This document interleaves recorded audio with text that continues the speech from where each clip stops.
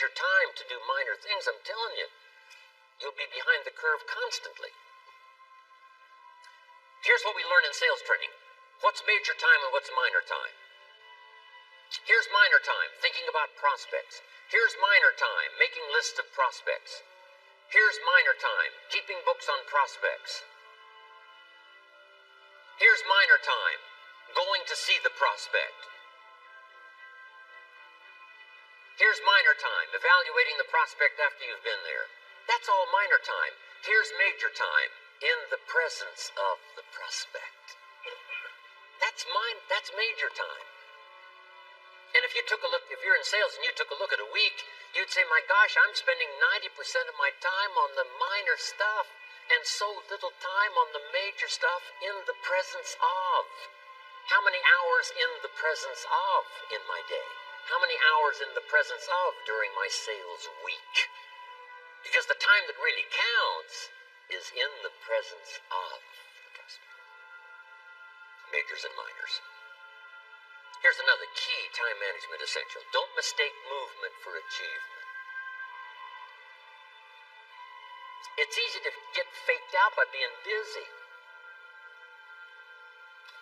Guy comes home at night all exhausted, falls in the chair and says, oh, I've been going.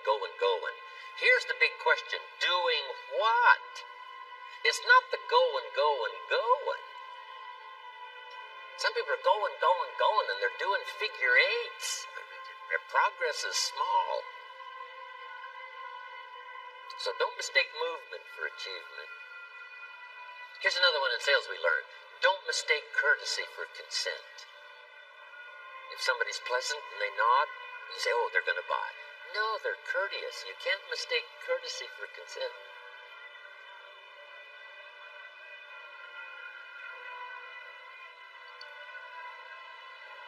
Now here's a big one, concentration. I had to learn this. All those years ago, I'm in the shower trying to compose a letter. Found it turns out to be a strange letter. So here's what I learned to do. Save the work till you get to the office. Save the work till you get to the work. Don't try to get to the office on the way to work. On the way to work, enjoy the way. In the shower, enjoy the shower. Then go to work when you get to work. I found this to be helpful. Concentration. Here's another big one. Learn to say no. I'm telling you, in such a social society we have now, it's so easy to try to be a nice person, saying yes to everything. Find yourself overloaded. Now you got to call and make the, well, gosh, all the time it takes to back out of something that you said yes to too quickly. Here's what might be better. I don't think so, but if that changes, I'll call you. Little things you can use not to overcommit yourself. My friend Ron Reynolds says, don't let your mouth overload your back. It's a good one. Now here's a big one on time management. When you work. When you play. Don't mix the two. Don't work and play. I used to take my family to the beach and I would bring my briefcase.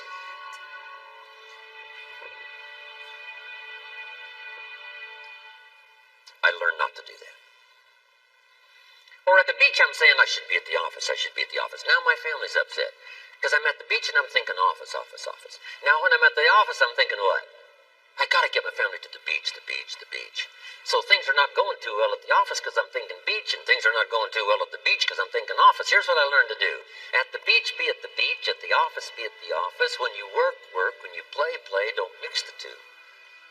Don't work at play. Now here's one of the most important ones. Don't play at work. Work is too serious. You don't want the reputation of being the office joker. It's not a good one.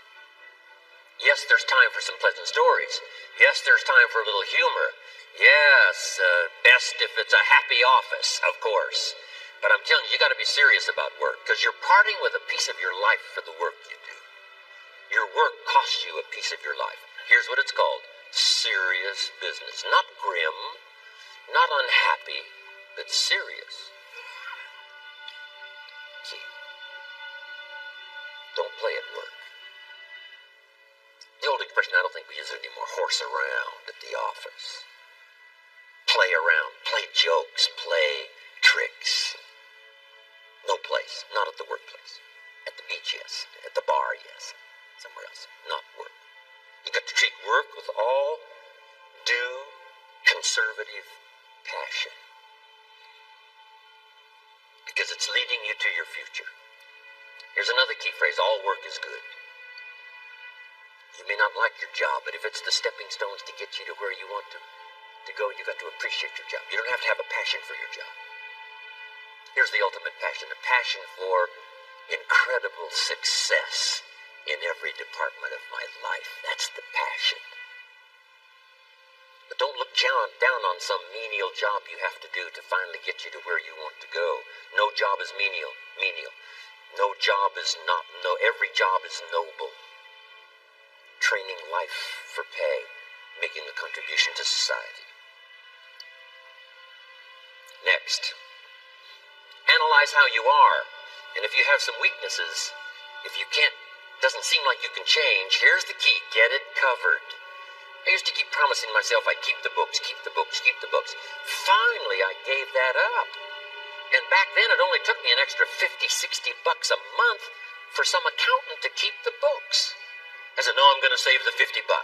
You can't believe what I started losing in productivity because I tried to save the $50. So the key is, a lot of the time you can stay like you are, but just make sure you get it covered. Okay. Next, beware of the telephone and all other systems of communication, especially the telephone at home and systems of communication at home. And here's one of the best lines I've got for you for the weekend: let all communication systems serve you, but don't let them intrude. When it comes time to have dinner with your family, you shut off all systems, unless the ones that can take messages silently. Don't let the phone ring. Don't let anybody intrude, come through the front door nor the back door, nor through the telephone or any other device. So you can't reach John and his family when he's having dinner. The President of the United States couldn't get through. If you develop that kind of a reputation, father, mother, when we have dinner, when we're visiting and have this time with our family, nothing intrudes. So don't let these clever little devices keep intruding. You've got to have a place that's sacrosanct. It's valuable. You don't let anything in for that period of time. Okay. Isn't that good advice? Excellent advice. Here's the next one. Read all the books. You know, I've only got a few notes here on time management, but if you've got some particular challenges, you run a big organization, a big corporation, you've got some challenges, there's plenty of books. Now, here's what's next. Just be more alert to the things that might be stealing your time. Here's why. Time is like capital. You can't let someone steal your seed corn. You can't let someone steal your capital. And you can't let someone steal your time. You must designate your time. And some of the time that you designate, you must not let anyone steal. Casual time, you might let someone intrude and steal a little bit and take a little bit, but not serious time.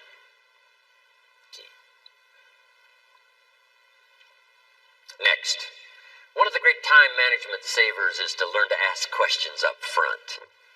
Sometimes you talk to somebody for an hour, and then you ask questions and find out if you would have asked those questions up front, you could have saved yourself an hour. Asking questions up front helps you to get to the problem now. But if you just launch into some discourse, you might waste 30 minutes, waste an hour, when here's what you should have been talking about. After you finished an hour, you say, John, what's really the problem? He said, well, it's something personal.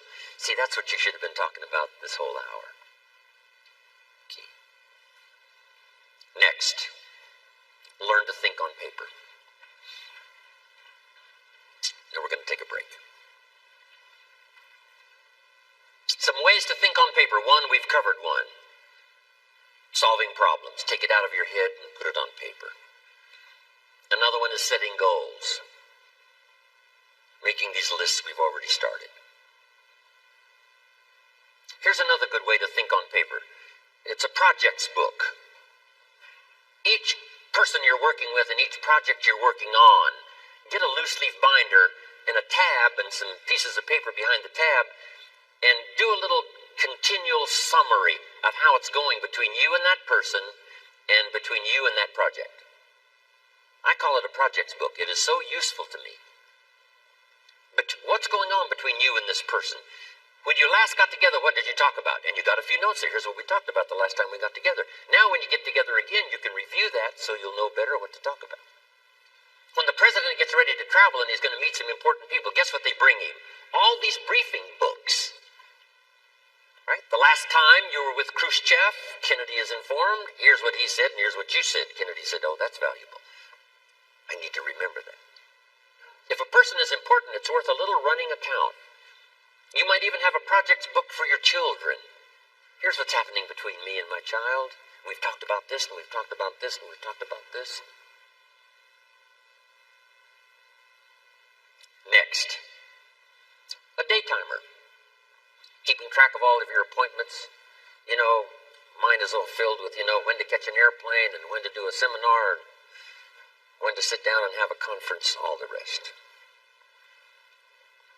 Next is a game plan. If you've got a house and the, insurance is going to come due and some other things are going to come due, you just put it on a spreadsheet and make sure it's taken care of. Key phrase, take things out of your head and put them on paper. And the key is to just experiment with different ways that helps you to do that.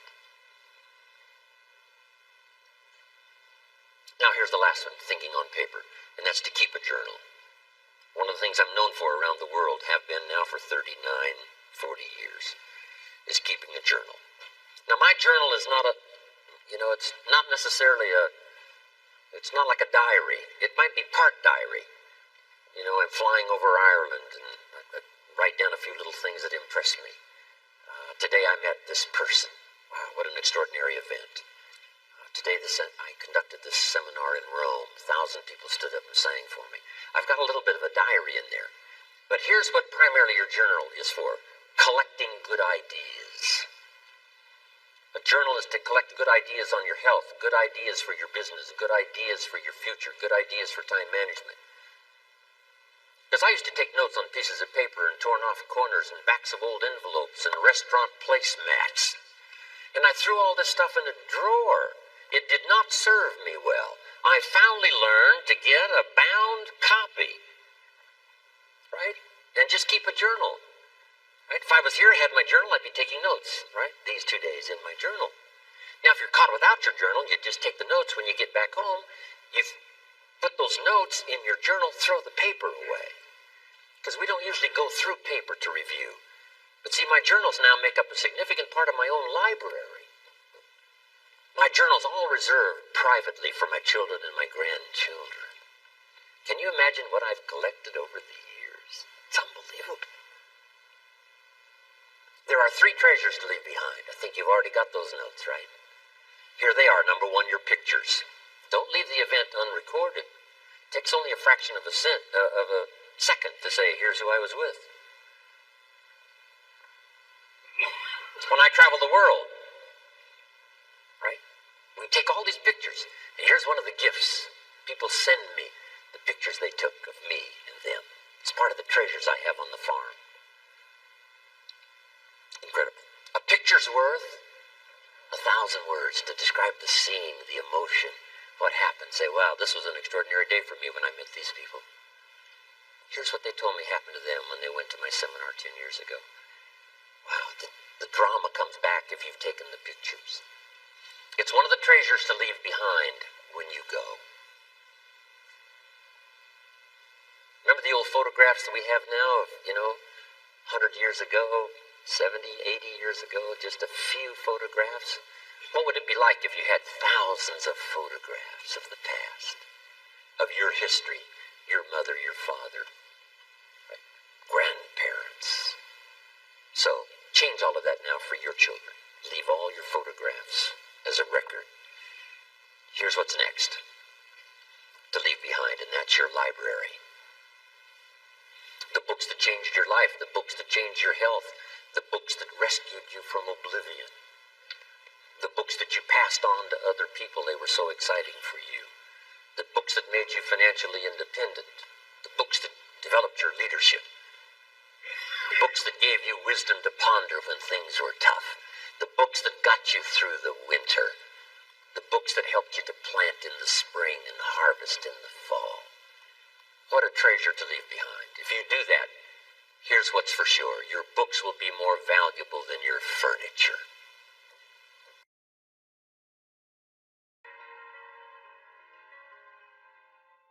Let's get started. The first one is personal development. Now, in illustrating personal development, Mr. Schoaf, my teacher, started with money. You know, money's not the only place to start in talking personal development, but it's where he started, so let me share the thoughts he shared with me back then. Let me share them with you. Here's the best lesson I can give you on economics. It's very simple. We get paid for bringing value to the marketplace. That's about as simple as I can put economics. We get paid for bringing value to the marketplace. Now, it takes time to bring value to the marketplace. However, we do not get paid for time, so we cross that out. Mistakenly, the man says, I'm making about $20 for an hour. Not true. If that was true, you could just stay home, right, and have him send your money. So that's not true. We don't get paid for time. We get paid for value brought to the marketplace. Now, since that's true, here's one of the key questions of my talk to you today. Is it possible to become twice as valuable to the marketplace and make twice as much money in the same time? Is that possible? The answer is yes. Could you become 3 times as valuable as you might be right now to the marketplace and make 3 times as much money in the same time? And the answer is yes. 5 times, 10 times? Of course. America is unique. It's a ladder decline. It starts down here, let's say, at $5 an hour, and it keeps going up. Top income last year, $80 million. The guy who runs Coca-Cola. Now, that's a heck of a ladder. That's why everybody wants to come here, right? The boat people are not headed for Vietnam.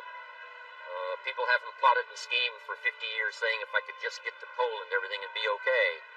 Not true. Everybody wants to come to America. And the reason is because we've got the best wind ever blowing in our favor. We've got the best economic opportunity anybody's had in 6,500 years.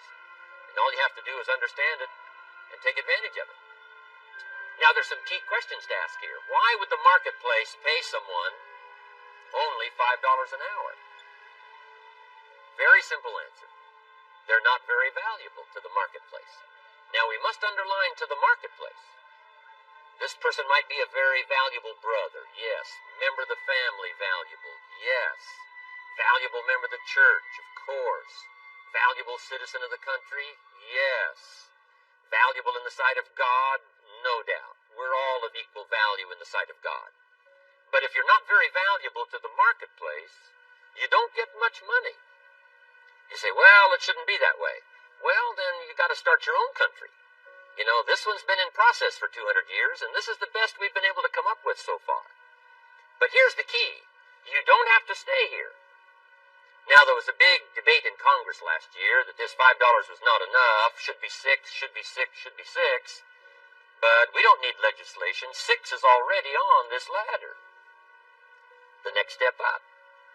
You know, if you work for McDonald's, they'll pay you $5 an hour to take out the trash. If you whistle while you take out the trash, they'll pay you $6 an hour. So we don't need that legislation. You just need to take lessons on how to whistle. Have a good attitude. Now, as you begin to climb this ladder, why would the marketplace pay some people $50 an hour? Answer, evidently, they must be more valuable to the marketplace. 10 times more valuable. And is that possible for someone to be 10 times more valuable and earn $50 an hour instead of 5? And the answer is yes. That's what America is all about. Now, why would the marketplace pay some people $500 an hour? Evidently, this person must be much more valuable to the marketplace. That's what's important to understand, to the marketplace. And would the marketplace pay one person $80 million for 1 year's work? And the answer is, of course. If you helped a company make $1 billion, would they pay you $80 million? I'm telling you, it is possible. And that's why America is so exciting. That's why this financial ladder is so exciting. It's possible for all of this to come true for all of you, no matter where you start. As a student in school, just getting started out there in the workplace, this is all possible for you. Now, Mr. Schoaf gave me the clue on how to climb this ladder as high as I wanted to climb.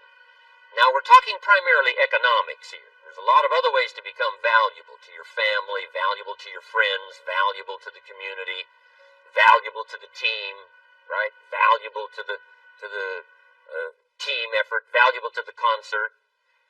But here's what he said to me. In climbing this ladder economically, all you have to do is work harder on yourself than you do on your job. Once I heard that, it made sense to me. I kept hoping that everything else would change around me, found out that if I went to work on myself, worked on my skills, worked on my language, if I became better than I was each year, if I grew in skills and language and vocabulary and competence, then I would become attractive to the marketplace. Not very long ago, a company called me and said, Mr. Rohn, we're expanding internationally. We'd like to have a bit of your expertise to help us. Would you give us a bit of your time? We'll add some millions to your fortune. And I said, okay. And I thought later, isn't that interesting? They would call me. Then my second thought was, of course they'd call me. Who else would they call? I can get the job done. Now, what a contrast for me, farm boy from Idaho, raised in obscurity, parents of modest means, broke when I was 25. How come I would get a telephone call and someone offer me a lot of money to help them in expanding around the world? Simple answer, evidently.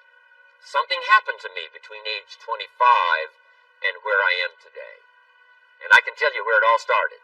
From my teacher, Mr. Schoaf, who said to me, we don't have to change what's going on out there. That's the wind that's blowing. All we have to do is change what's going on in here. And now there's several ways to do that on personal development. And let me give you those ways. Here's the first one. We must learn from personal experience. Pretty simple. Learn from what happens to you. Take a look back over the last few months. Did you make some mistakes? How could you correct those for the future? Take a look back over the last year. Have you done it right or done it wrong? Let's correct it for the next year. Learn from your personal experience. Mr. Schoaf asked me when I first met him, he said, Mr. Rohn, how are you doing? You've been out there now 6 years. And I said, I'm not doing very well. He said, I suggest you not do that anymore. What a simple, swift analysis to my situation. He said, if you keep doing it, the next 6 years will be like the last 6. You don't want that to happen. Let's make the changes.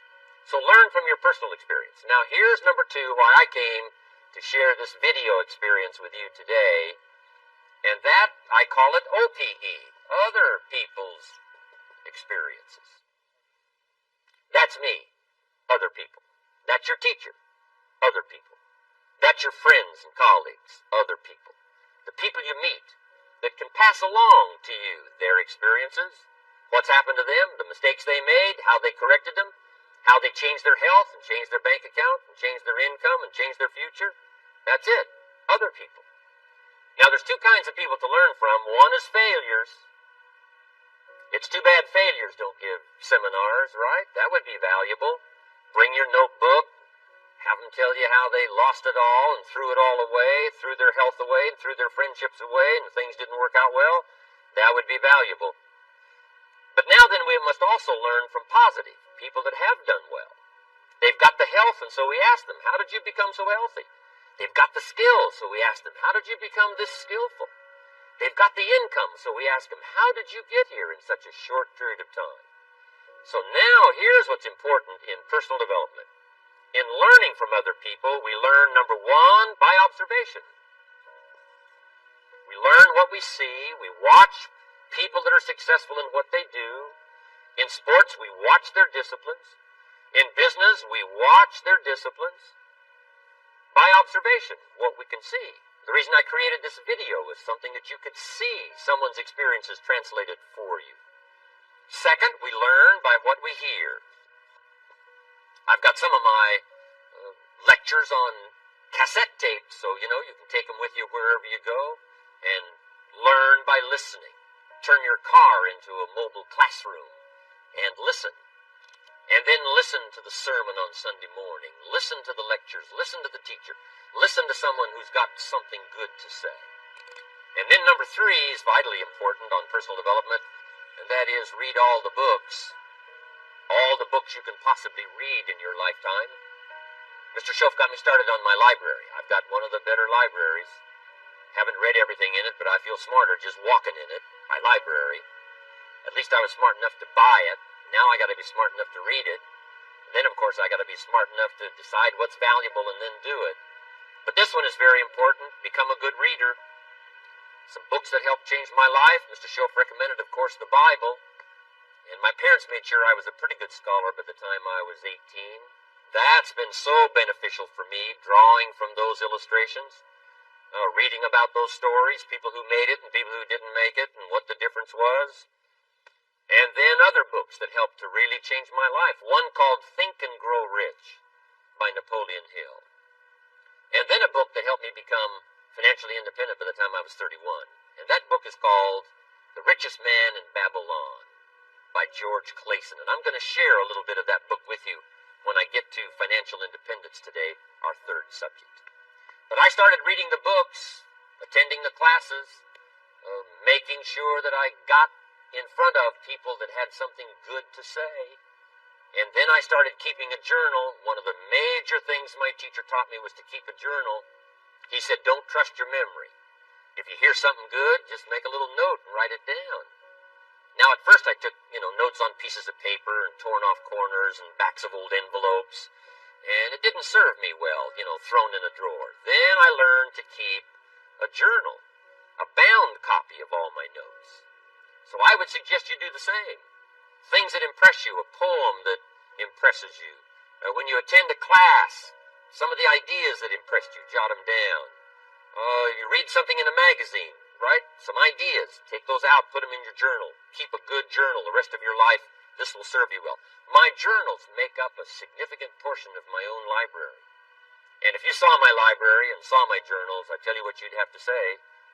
This is the library, and these are the journals of a very serious student. No wonder Mr. Rohn is invited to lecture and speak on his experiences around the world. So I want the same thing to happen to you. Value captured, that you can resort to later, go back over it and review it, and let it become valuable to you. So that's my first subject, personal development. Work harder on yourself than you do on your job. Develop the skills. Learn the lessons. Take the classes. Absorb all that is being taught to you these days. And then later on, of course, you can sort it out, what's valuable to you and how to refine it for your business and for your life and for your future. But the main thing is to get it and start this process of personal change, personal development. And let me say it one more time. If you will change, everything will change for you. You'll never be the same. You'll keep growing. As you look back on a few months, look back on a few years, you won't believe the progress you can make. Economically, your relationship with your family, your friends, and whether you're in sports or economics or whatever, I'm telling you, that whole process of committing yourself for personal change, personal value, can really make your life unique and worthwhile. Now let's cover the second subject, on setting goals. Mr. Schoaf gave me some tips on setting goals that changed my life forever. And I want to share those with you.